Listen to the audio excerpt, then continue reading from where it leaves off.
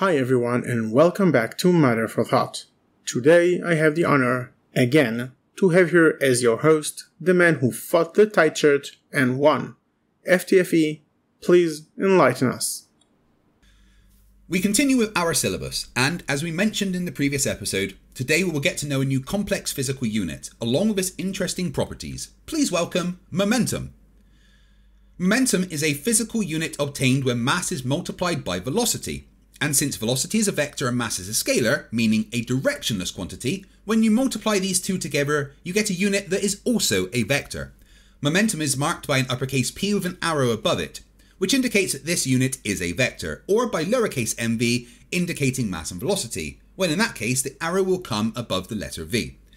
Because we know that velocity is acceleration multiplied by time, and we also know that according to Newton's second law, F equals ma, i.e. force causes acceleration, we can conclude that what you get when you multiply force by time is the thing that changes momentum. That thing which changes the momentum is called an impulse, and is marked with an uppercase J. We encounter it in countless trivial cases every day.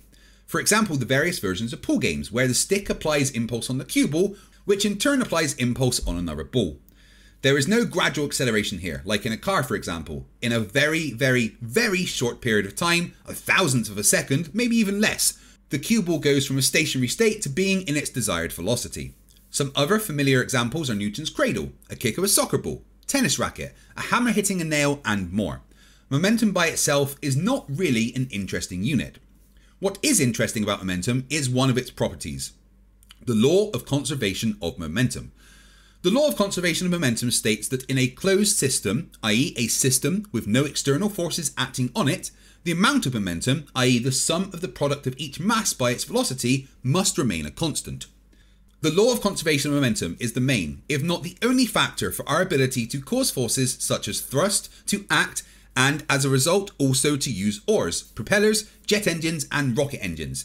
They all work on the same principle of pushing a small mass in one direction, and in order to maintain the balance following the change in momentum of the system, the pushing body receives a small increase in velocity in the opposite direction. As a side note, this quantity, mass times velocity, is nameless. A few weeks ago there was a proposal that, just as various complex units got their own names, for example the unit of force is called Newton, the unit of energy is called joule, and more, to give this physical quantity, i.e. kilograms times meter divided by second, the name Bacon, named after Francis Bacon. We'll see if it catches on. In the next episode we will expand a bit on the law of conservation of momentum, and talk about collisions in 3D space. FTFE, that was awesome.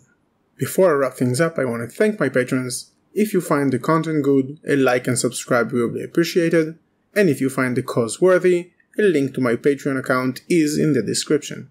I was, as always, rndthinker, and I'll see you in the next video. Mad world. Mad